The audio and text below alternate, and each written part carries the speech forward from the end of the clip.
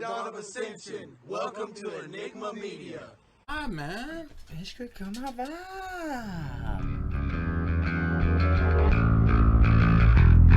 It didn't take that long to make me fall. I'm bleeding back against the wall. You're screaming for something to change, and I don't want to see you fall. You're a victim of an endless role, so you're leaving our lives once again.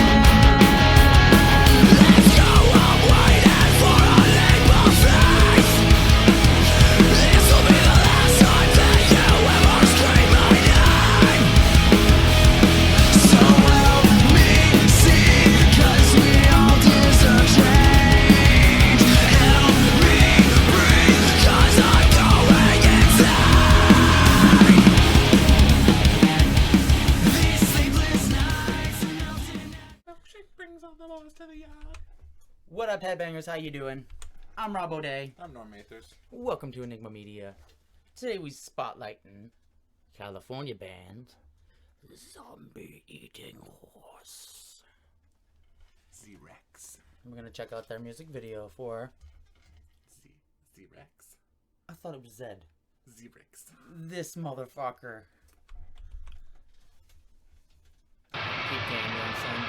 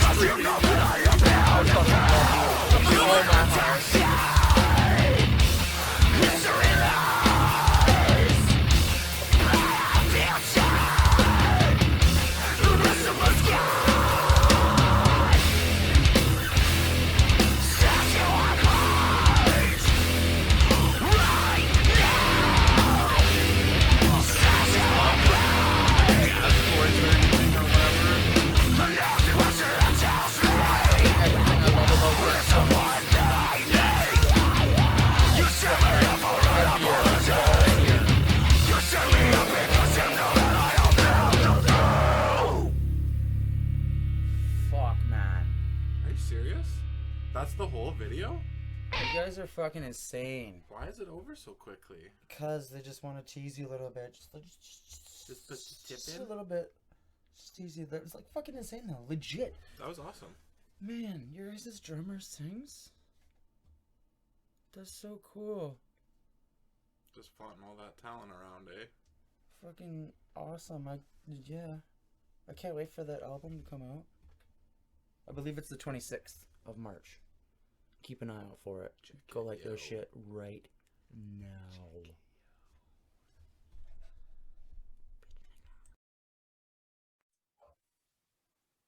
What up, headbangers? How you doing? I'm Robb O'Day. I'm Norm Mathers. Welcome to Enigma Media. Today we're chilling with Zombie Eating Horse. How you doing? Doing good, man. How about you guys? We're not doing too bad at all. Why don't you tell us how the band got together?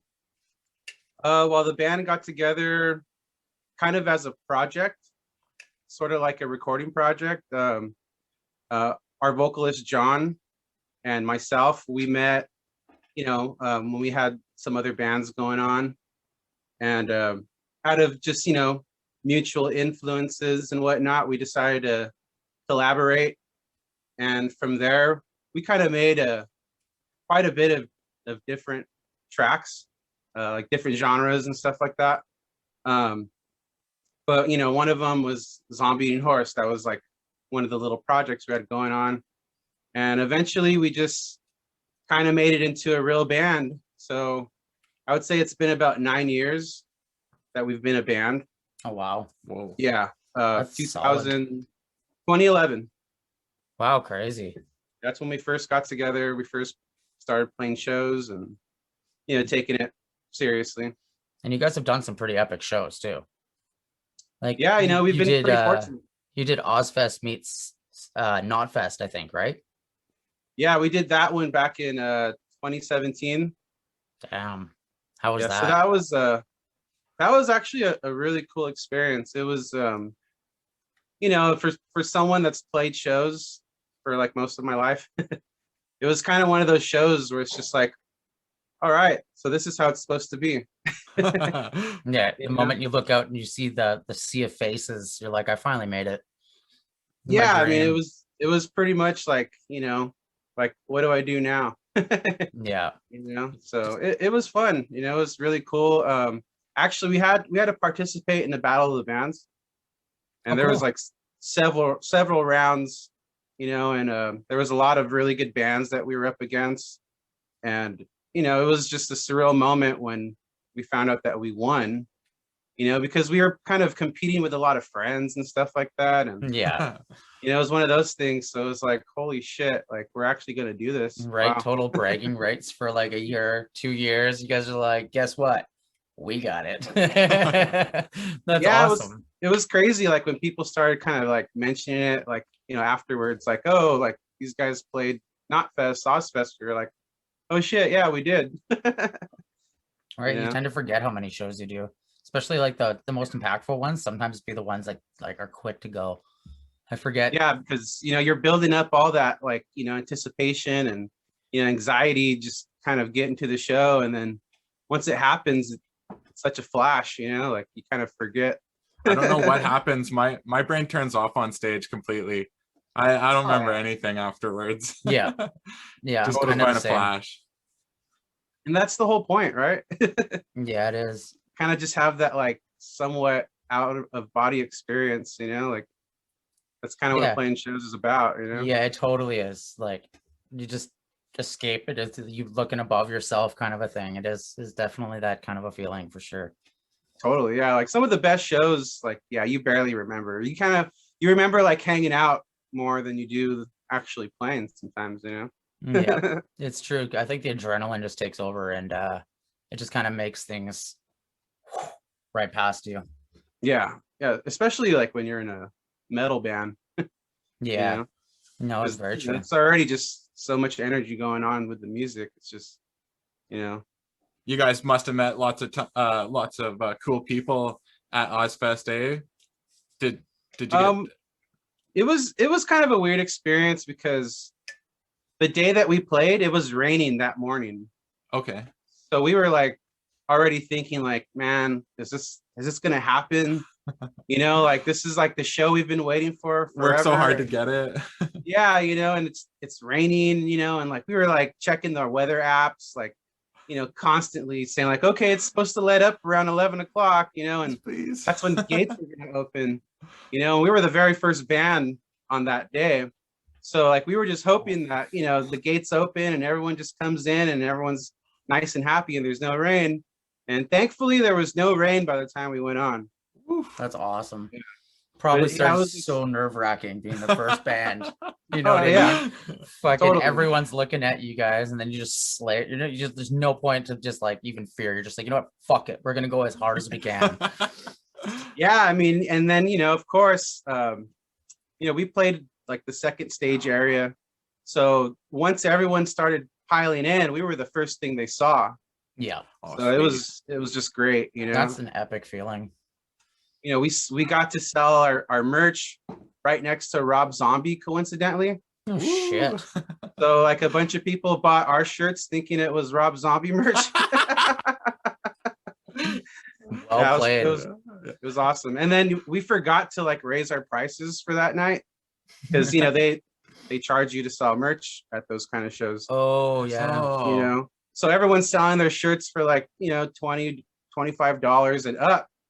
And we're selling our shirts for like $15. So we sold a lot of merch, and I was just happy to get rid of a bunch of it and have a successful night for the most part. Yep. Yeah, no, for Yeah. sure. Sorry, go ahead. I was gonna ask, how was the experience recording your guys' last album? That's a great question, man, because it was actually a really, really good experience. And we've recorded a lot of material in the past, and I would say most of the time the recording process is the most painful, but we really did our homework this time around because we had a lot of time. This whole pandemic thing happened right as we were like figuring out our new lineup, and we already kind of had like a bulk of the material written, but then we got a new guitar player. His name is Julio, and he stepped in. He just picked up on the material like right away. He has very similar influences to the rest of us, and he's around the same age as the rest of us. And he wrote a song also for the album or for the EP. And so we just kind of picked it up from there. We wrote a couple more songs, and we picked the best out of 6 songs. So out of 6 songs, we picked 4. Yeah. So there's 2 other songs that are kind of floating around. And so we just, we recorded those 4 songs, and it was crazy because like when it came time to pick which 4 songs we wanted to record, like we were all just nervous that like, we were going to hurt someone's feelings or whatever. And, we ended up picking all the same songs. Oh, So wow. sweet. Coincidentally, just everybody just agreed, eh? Yeah. We picked all the same songs. And so when we went in to record, we had did all our homework, and we were just like ready, man. And we went in there just guns blazing.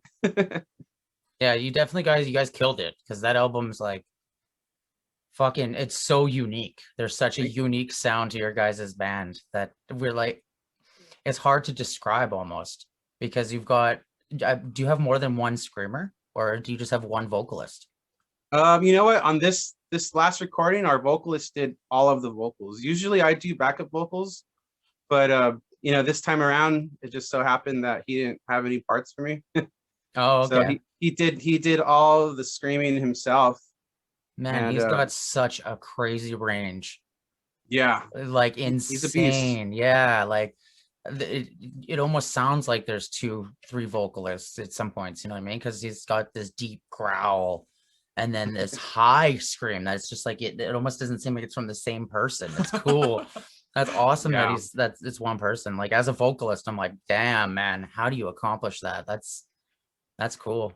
Oh, thank you, man. That's awesome. Because John, he spends a lot of time on his parts. Like we do a lot of demoing, and so he's like, he stresses on his demo vocals and stuff like that. So by the time we get to do the real thing, like he pretty much knows, what he wants to do, where he wants to go with his vocals. Yeah, inside it out. I'm kind of the same way. That's Rob to a T. Yeah. Our first EP, I think I did over 100 takes, maybe 200 takes for each song.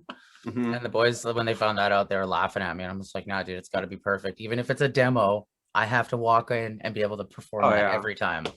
So yeah, because the demo is what you build from, Yeah, exactly. So you only get better from there, or you're supposed to at least. Yeah, 100%, right?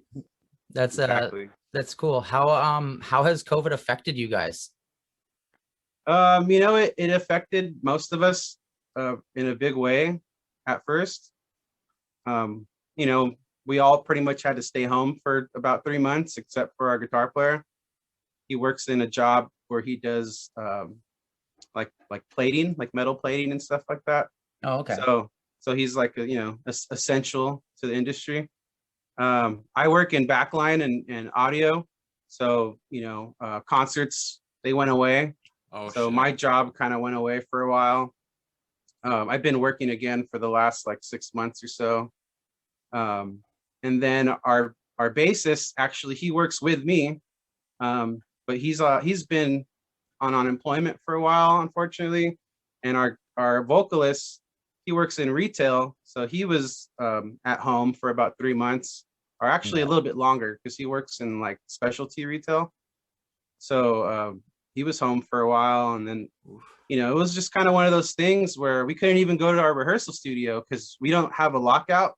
We pay for hourly rehearsals. Mhm. So the studios that we were going to, they couldn't open for about 3 to 4 months.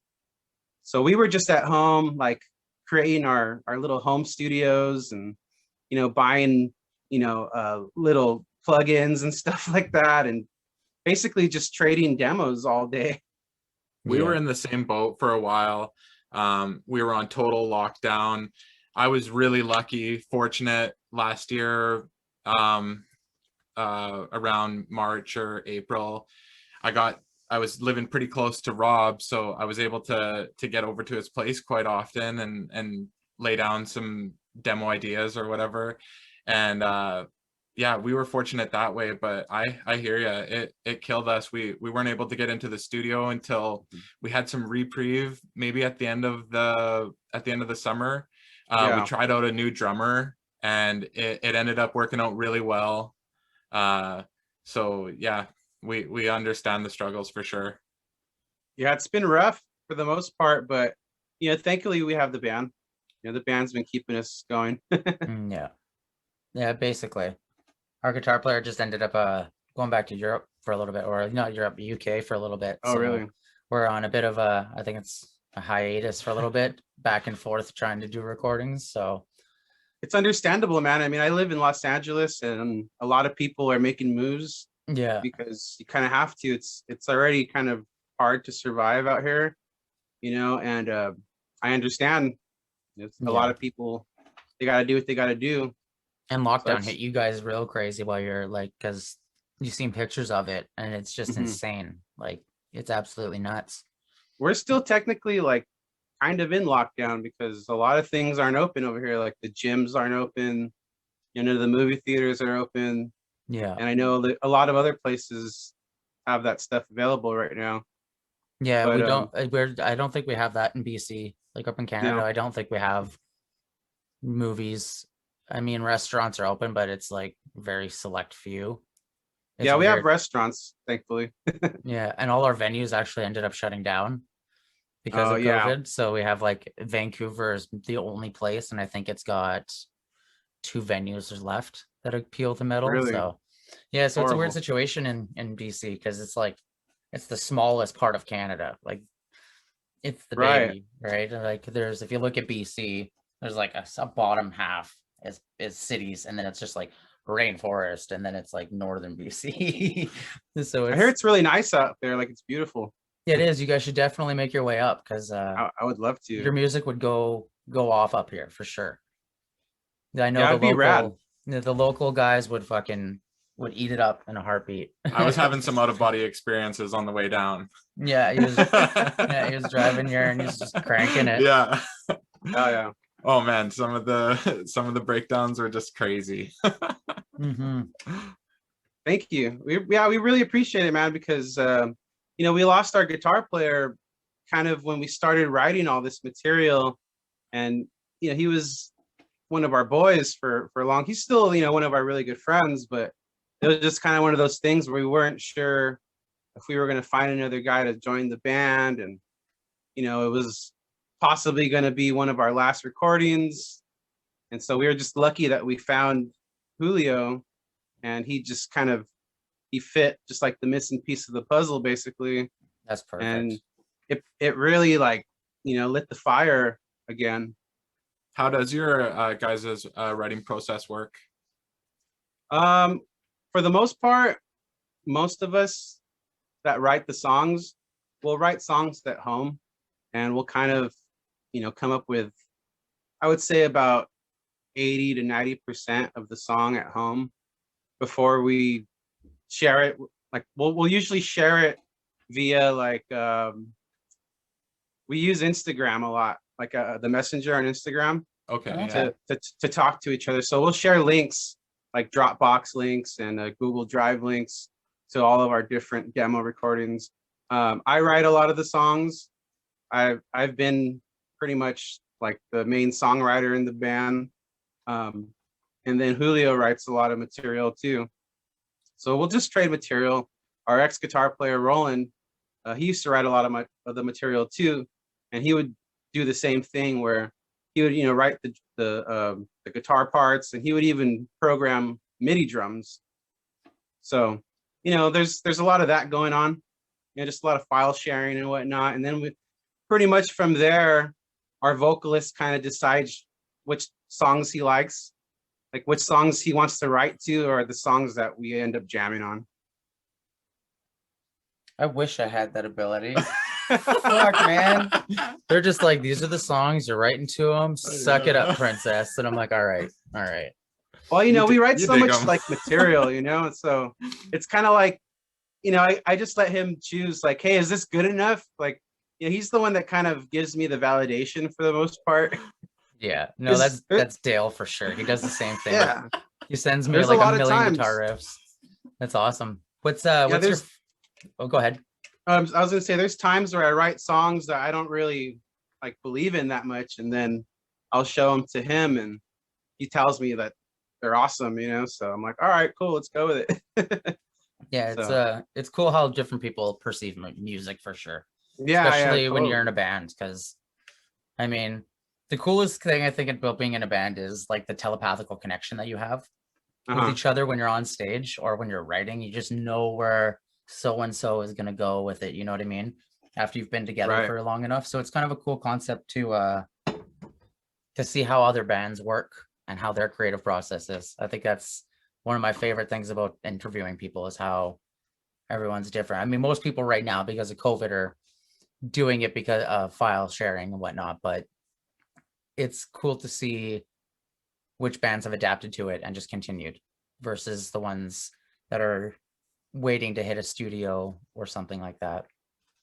There's a lot of bands that are definitely just waiting right now that are not doing anything really.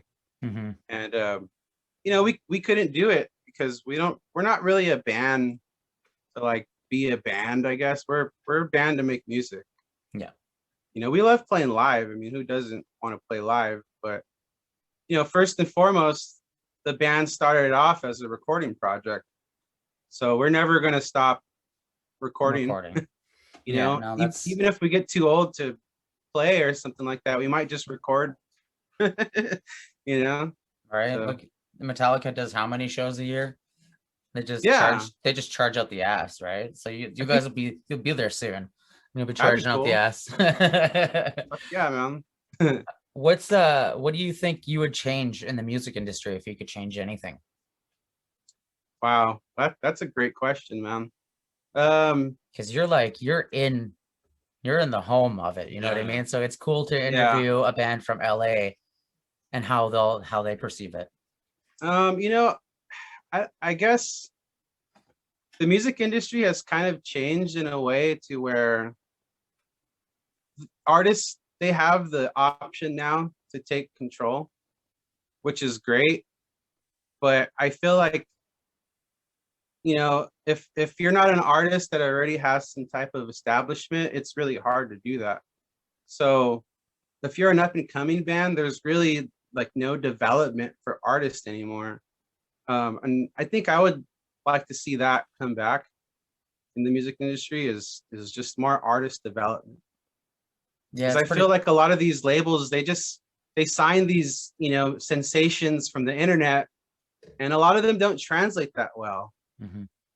And I get it. There's a lot of stuff that I like that's very niche, but it would never become mainstream, and maybe it shouldn't become mainstream. So I think that's kind of a problem right now, is that all these newer artists are not really newer artists anymore. They're already established in another way. Yeah, you have to be. Yeah, I can't remember who I was talking with, but they said you have to basically have a complete finished product before a label will even look at you. Right. And then you have to do all the work, and then they just take the credit. So it's kind of a weird concept. and then it sucks too, because I think it's sort of a parallel in the underground too at the moment, to where like if you don't have that hype, a lot of people don't care about you.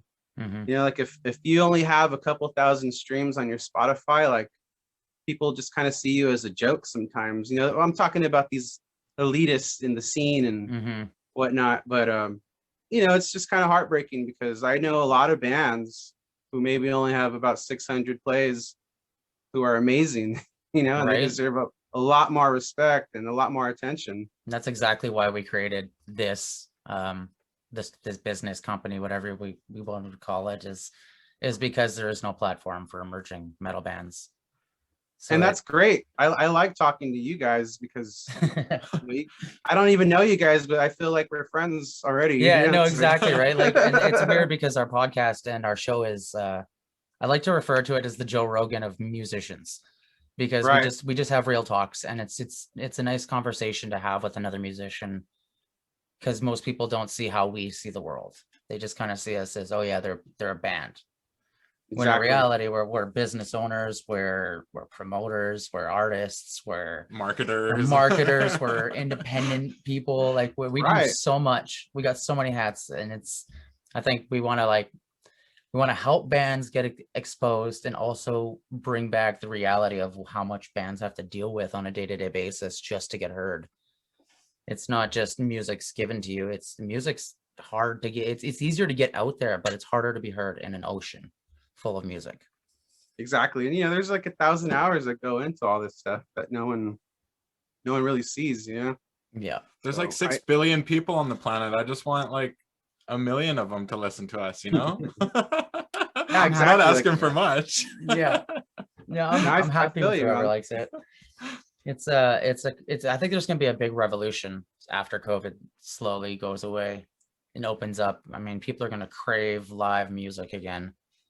I think we'll I'm see hoping so. venues open up and stuff, right? I think we'll see more venues, and I think there'll be more festivals because people will be thirsty for it. Mm-hmm. I Well, definitely I think for bands like ours, you know, we're kind of on this, I guess, sub layer of the underground. It's definitely going to be a different game for us, and I think bands like ours we're probably going to thrive a little bit more, because people are going to be willing to go to these parties and the bars and, you know, the little DIY shows. People are going to be willing to go out to that stuff more than, you know, let me spend $50 or $100, you know, at this other big venue to see a DJ or something, you know? yeah, right. Yeah, So they're gonna I want think to people are gonna, experience something. yeah, exactly. Because I mean, I was going to a lot of bigger concerts before all this stuff happened, and you know, I saw Slayer on I think it was, I forgot what festival it was. I saw Slayer, but you know, I was up front in the pit, and I was thinking like, shit's gonna get pretty rowdy, and things never got rowdy. It was a bunch of kids and, you know, a bunch of rich people and stuff up front, and I was just like, dude, this is a metal show. Yeah. Like, This is holy supposed to be a fuck. Slayer show? What's going on here? Yeah. So like, you know, all these motherfuckers that go to these concerts, you know, they got money, man. Yeah. You know, they're not hurting right now. You know, they're not missing the concerts. It's people like us that are missing it most. You Yeah. know? No, and it's true. It's a sad time, but at the same time, I'm really excited to see all the music that comes out. Oh, there's gonna be so much music coming out. Like ridiculous, and it's gonna be like, it's gonna be hard to be heard. But I mean, I think if the metal community, the underground metal community, was to just like link up everyone, every country's underground scene was just like, you know what, we're gonna start putting on our own shows, our own festivals. We're just gonna get like 6 bands. We're gonna start book a venue, and we're gonna put on shows. Yeah. Because, like little tiny churches and stuff. And I think that if we were to do that and appeal to the younger crowds, then we could bring that younger crowd in, and then we'd have a new rejuvenated metal scene, which would be cool to see. And you know what? I think it's what we need right now, because everyone's so divided these days just over everything. Yep. People need something to come together to, and music is one of those things. And I think we need to use that as much as possible going forward. Yeah, 100%. I believe it. Yeah, no, I definitely think, especially like you're in the States, so things have been definitely been crazy over the past year.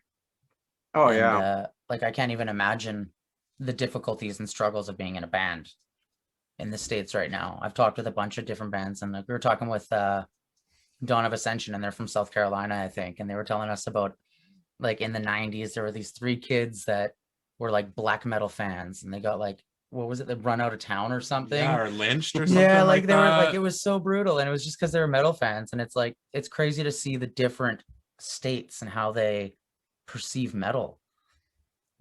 It's just Yeah, I mean it's it's such a it's different concept for us, because we don't like our metal scene in Canada. It's like, if you're a metalhead, you're a metalhead. It doesn't matter uh, what you play.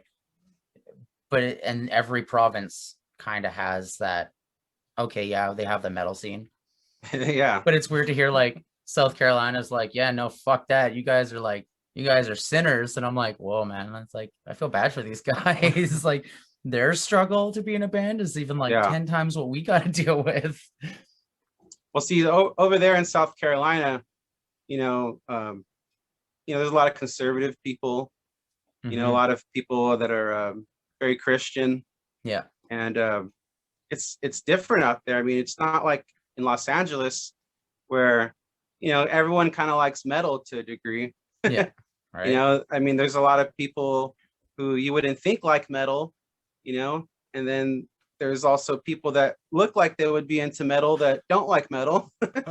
Yeah, I So can it's see it's that. also kind of confusing.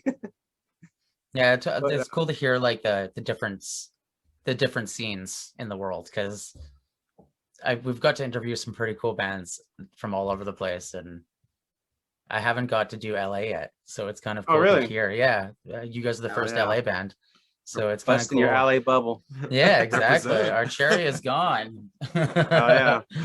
No, Well, it's yeah, you know what? We are an LA band through and through. I mean, I guess for our first like 5 years, or no, I would say probably for the first 3 years, we kind of didn't leave LA. We were just playing LA and Orange County, maybe here and there. But not until maybe a couple years ago did we start playing outside of town a little bit more. how far have you guys made it to in tours? Um, we've played Arizona so far, and we've played Northern California a couple times. Okay. We've been to San Diego a few times. Recently, we went out to Bakersfield and Lancaster maybe about a year or two ago. And since then, we haven't really had a chance. We really wanted to spend this last year traveling, Yeah. but Yeah, no, you know what happened. I interviewed Hyperia last night, and they had an entire European tour set with their record label, and they were just going to get flown out 3 weeks before COVID. And it That's was so just like horrible. shut down and everything, and they're just like, fuck this, you know what I mean? And they're a Yeah, it wicked sucks, band. man. They're like I can only super trippy. imagine, like, if I was anticipating going on tour and then this COVID shit happened, I'd probably be so bummed because, when you're getting ready for a tour, especially like if you're a working musician, like you're probably saving money for like several months. You're probably working at some job that you don't really want to work at, but Yeah. you're doing what you got to do to live the dream, and then the dream kind of gets crushed. So I really Yeah. feel for all the musicians that lost those opportunities, and I'm sure they'll be back, but in the age that we live in, it's hard to keep people's attention. So Yeah, it definitely is. You have, I keep saying it. I keep, like, everybody who watches this show, if anybody watches the show, they're gonna be like, Rob's annoying as fuck, but you have this much time to gain Yeah. someone's attention. And Yeah. it depends on how fast they swipe, right? it's So you it's have, like, hard, man. gotta grasp it and pull it in, and it's hard. It's really hard. I find myself like watching TV and looking at my phone at the same time. Yeah, I'm you're like, not what even- am I doing? right? I got 3 things going on. What am I doing? Fuck. Yeah, It's I'm trying to talk to my multitasking. girlfriend. It's like, Yeah. what the hell? Yeah, no, it's a weird time to like 10 years ago you could like put a song out on Facebook and people would listen to it, and now it's like you literally have to like figure out the algorithm. You have to become a scientist to get Right. your song heard. So it's weird. And it must be a science or something. I have no idea. I miss how it was during the MySpace days, where Yeah. it's just like, I think you know, every band collectively says that Yeah. too. They're all like, "We miss We're just all the same MySpace." people. it's sad, Tom, but it's fucking Tom. true, man. Tom, you got to become our friend again. Yeah, please save us. It was so good for bands. It was. I think there needs to be another platform where I think it'd be cool to have like a platform where bands just uploaded and there was like competitions where you voted for like the top songs to be played. And, Yeah. like, I can't remember who said that. I think that was Dying Desolation. I think he said, the singer of that band said that it would be cool to see a new website design meant for musicians, that it's like musicians get paid for the streams that they come off that website, kind of a thing. You know what I mean? It's not going to so and so who owns Spotify or Right. owns Apple Music, and it'd be cool to just take it back to our own hands. Be like, you know what, fuck it. If you guys want it, you got to come through us. You know, that's why I'm grateful for at least like Bandcamp these days. You know, Yeah, Bandcamp is really cool. they're really helping out bands like us, which is great. I think it'd be cool if Bandcamp and Bandzoogle kind of like blended themselves into the same thing. Because would be Bandzoogle's a cool, wicked actually. site for building for Yeah. bands. Like, I absolutely love that website, and Bandcamp is wicked, but I always feel like it's just another step. That's why I Sort of. always, you know what I mean? Like, you have your Facebook, your YouTube, your Instagram, but then you have your Spotify, and then you got all these other ones. And I'm like, I find you have to choose the one you want to work on. And Bandcamp, I always got a little confused with the layout, how it's set up. And I'm like, Right. it's just 'Cause got they're very strict with it. yeah, they've got a different setup compared to like a website. And I always looked at it as a website kind of a thing, I think. Well, you know, like our website is Bandcamp, basically. Zombieeatinghorse.com redirects to Bandcamp. Yeah. So we kind of gave up on Facebook a while ago. We would pay for ads on Facebook, and it just felt like, why are we even giving them our money? You know, it's so stupid. Yeah, it is super cheap for the amount of views you can get, but it doesn't really bring in genuine fans. It doesn't. I find like the World Metal group that I think you're probably in is like, that has like 42,000 different band members. You know what I mean? So like I've gotten more help from that page or that group from exactly right. posting anything on our Facebook page. Yeah, and I definitely find Facebook is it's slowly dying for bands. So I think there needs to be a new website. Definitely. Like, They if I need was, to basically let you integrate all of your other stuff into that Mhm. page. If you could put your Bandcamp, your Spotify, like all that stuff, if it was just like a central hub for all of your other platforms, that would be great. yeah. Because they Yeah, don't let for you sure. put up music, or they don't even let you link your music, really. No, Which is yeah, and that's stupid. what I just found that out, that you can't like post a YouTube video. I'm a little behind the game. Don't worry about me. That you can't post a YouTube video and it plays anymore. And I'm like, what the hell? Like, you have to Yeah. actually make a physical other video and upload that just so when they scroll, they see it. And I'm like, all right, I'll start doing that too now. And see, But that's the thing, is like Facebook, it's not going to be around forever. no, You know, eventually it's going to die out, and we're just going to kind of move on to whatever else comes around that's better. You know, Yeah. if we decide to move on, I don't know. Some people have already decided to like not even use that type of social media anymore. You know, yeah, I'll admit I'm trying to figure out how to fucking gain fans off TikTok right now, and it's really complicated because I think it's we like, all are, dude. you right? Like, and you're like trying to figure it out. You're like, do I show you music or do you just want Yeah. to see me dance and act stupid? For Because real. it's weird. I'm so confused on the whole situation with it. But I mean, we've gained a couple fans. Like, we had a band summit from TikTok, so that was kind of a cool thing. So What's your guys' TikTok handle? it's just the same as everything else, Enigma Media.